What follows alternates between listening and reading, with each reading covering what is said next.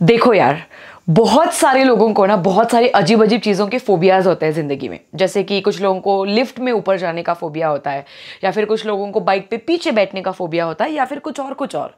पर फ्रेडी जो मूवी 2 दिसंबर को डिज्नी प्लस हॉटस्टार पे रिलीज हुई, इस फिल्म को देखने के बाद बहुत सारे, आई एम प्रिटी श्योर, बहुत सारे लोगों को डेंटिस्ट के पास जाने का एक फोबिया क्रिएट होने वाला।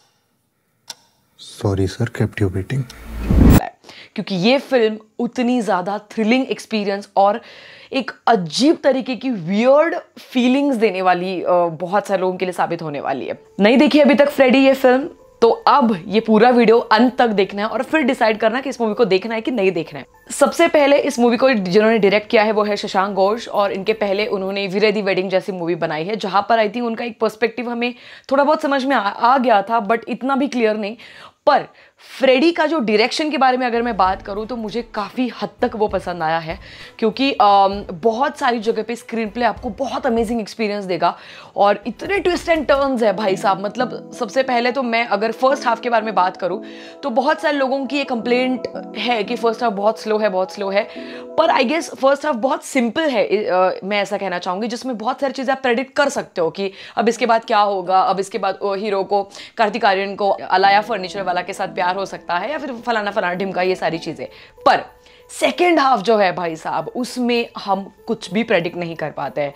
इतनी सारी चीजें अलग अलग डायरेक्शन से आती है और वो खुद को जस्टिफाई भी करती है। ऐसा नहीं है कि वो बस धाड़ सरप्राइजिंग एलिमेंट्स आ रहे हैं और कुछ समझ नहीं आ रहा है, ऐसा नहीं है। आपको पूरी मूवी अंत तक समझ में आती है, पर second half is quite interesting I feel as compare to first half. देखो, अब इस पूरी मूवी का प्लॉट क्या है वो मैं आपको थोड़ा सा इन डिटेल नहीं बताऊं, क्योंकि मैं चाहती हूँ कि आप सब लोग इस मूवी को देखो, पर थोड़ा सा ऊपर से मैं आप सब लोगों को बता देती हूँ। बेसिकली कार्तिक आर्यन जो है वो एक डेंटिस्ट का रोल प्ले कर रहे हैं, जो काफी मतलब बहुत ज्यादा भाई साहब, बहुत ज्यादा हद तक इंट्रोवर्ट है, जो बहुत डेस्परेट है एक लाइफ पार्टनर प्राप्त करने के लिए। पर बहुत सारे सालों से शादी.com जैसे वेबसाइट्स पर उन्होंने अपना प्रोफाइल रजिस्टर करा हुआ है, पर हर कोई लड़की पहली मीटिंग में उनको कैंसिल कर देती है या फिर रिजेक्ट कर देती है। अब ये सिलसिला पिछले 5-6 साल से चल रहा है, और बैक टू बैक रिजेक्शंस के बाद उनका जो कॉन्फिडेंस है ना, वो पूरा ऐसे मरोड़ के वो पूरा खत्म हो गया है उनकी पूरी पर्सनालिटी में। और वो उतनी बेहतरीन तरीके से उन्होंने उसको निभाया है, क्योंकि उनकी बॉडी लैंग्वेज, बहुत सारे ऐसे शॉट्स है जहां पर आपको फील होगा कि ओके, ये बंदा इंट्रोवर्ट है, इस बंदे में कोई कॉन्फिडेंस नहीं है, या फिर अब ये बंदा चुकेगा। तो वो इतना, क्योंकि एक तरफ अगर कार्तिक आर्यन के इसके पहले फिल्मों के बारे में अगर हम बात करें तो काफ़ी कॉमिक रोल्स उन्होंने प्ले किए हैं, काफ़ी कॉन्फिडेंट, डैशिंग और टपोरी स्टाइल भी, बहुत सारी चीज़ों के अलग अलग हमने उनके रोल्स देखे हुए हैं। पर एक ऐसा कैरेक्टर प्ले करना जहाँ पर आप बहुत ज़्यादा इंट्रोवर्ट हो, और वो इंट्रोवर्ट जो है वो दिखाना बहुत मुश्किल होता है। एक बार मैं कहूँगी कि जो गीत है जब भी मेट की, वो बहुत एक्सट्रोवर्ट होती है, उसको निभाना बहुत सिंपल होता है क्योंकि आपको बस बकबक करनी होती है। पर इंट्रोवर्ट की कैरेक्टर को प्ले करते वक्त आपको बिना कुछ कहे, सिर्फ बॉडी लैंग्वेज से आपको ये सामने वाले को एक्सप्लेन करना होता है कि आप एक इंट्रोवर्ट हो, which was quite a hard job I feel, but I think he just nailed it. I'm telling you, he just nailed it. Kartik Aaryan ने इस रोल के लिए लिटरली 15 to 17 kg तक का वेट गेन किया है, और वो दिखता है, मतलब वो स्क्रीन के ऊपर दिखता है, क्योंकि एक ऐसे बंदे को दिखाना जरूरी था जिसका कुछ ज़्यादा डिसिप्लिन नहीं है खाने के मामले में, despite of being a doctor. पर उन्होंने बहुत अच्छे तरीके से उसको दिखाया, और ये छोटी छोटी बारीकी चीज़ें ही है जो उनके इस कैरेक्टर को प्ले करते वक्त हमें और ज़्यादा परफेक्शन की ओर लेकर जाती है, विच इज़ आई फील बहुत अनएक्सपेक्टेड था मेरे लिए, but I really like this. अब इसके बाद बढ़ते हैं अलाया फर्नीचर वाला की तरफ। अब अलाया फर्नीचर वाला, इस एक्ट्रेस को इसके पहले हमने कुछ ज़्यादा खास रोल्स में नहीं देखा है।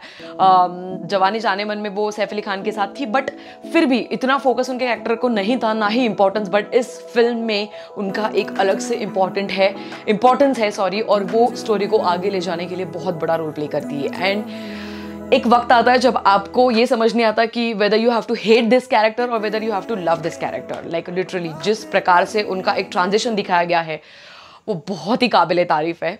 बढ़ते आगे, इस फिल्म में और भी बहुत सारे साइड कैरेक्टर्स है, बट मेन स्टोरी जो है वो कार्तिक आर्यन और अलाया फर्नीचर वाला, इनके इर्द गिर्द घूमती है। और अगर हम लोग स्क्रीन प्ले के बारे में बात करें, मुझे बहुत पसंद आया स्क्रीन प्ले, क्योंकि कहीं पर भी आपको ऐसा नहीं लगता कि आप बोर हो रहे हो या फिर चलो अभी मूवी चलने दो, हम कॉफ़ी लेकर आते हैं। नहीं, आप कोई भी चीज़ मिस नहीं करना चाहोगे। डायलॉग्स भी काफ़ी ज़्यादा स्ट्रॉन्ग मुझे लगे, स्पेशली कार्तिक आर्यन के कुछ सेकेंड हाफ में क्लाइमैक्स के दौरान कुछ ऐसे डायलॉग्स हैं जो काफ़ी ज़्यादा मुझे पसंद आए। इसमें कुछ ऐसी चीज़ें दिखाई गई है जो वीक हार्ट वाले, मतलब कमज़ोर दिल वालों को शायद थोड़ा डिस्टर्ब कर सकती है mentally, I am saying.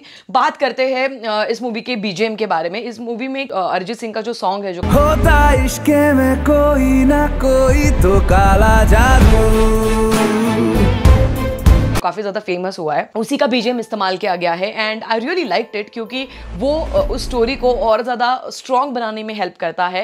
And overall इसमें एक सबसे बड़ा एक रोल प्ले किया है हार्डी ने। अब हार्डी कौन है वो आपको ट्रेलर देख के पता चल ही गया था। हार्डी बेसिकली उनके एक टॉर्टोइस का नाम है, जो उनके बहुत करीबी दोस्त है। उसके अलावा कार्तिक आर्यन का इस पूरे दुनिया में कोई दोस्त नहीं है। तो मुझे एक चीज़ बहुत अच्छी लगी कि उन्होंने CGI इस्तेमाल किया है। एक्चुअली जो टॉर्टोइस होता है वो नहीं दिखाया गया है, क्योंकि ये चीज़ क्यों नहीं दिखाई गई आपको बाद में जाके एहसास होगा और आप फक्र महसूस करोगे पूरी टीम के ऊपर। तो या ओवरऑल मुझे ये मूवी बहुत ज़्यादा पसंद आई है। और इस मूवी ने जाते जाते एक चीज़ हमें ये सिखाई कि इस पूरी दुनिया में हमारी ज़िंदगी में दो ऐसे लफ्ज़ हैं जिनको हम बहुत ही अंडररेटेड मानते हैं, या फिर जिनको हम बिल्कुल भी ग्रांटेडली लेते हैं, जिसको इंपॉर्टेंस नहीं देते हैं, पर उनकी खुद की बहुत अहमियत है।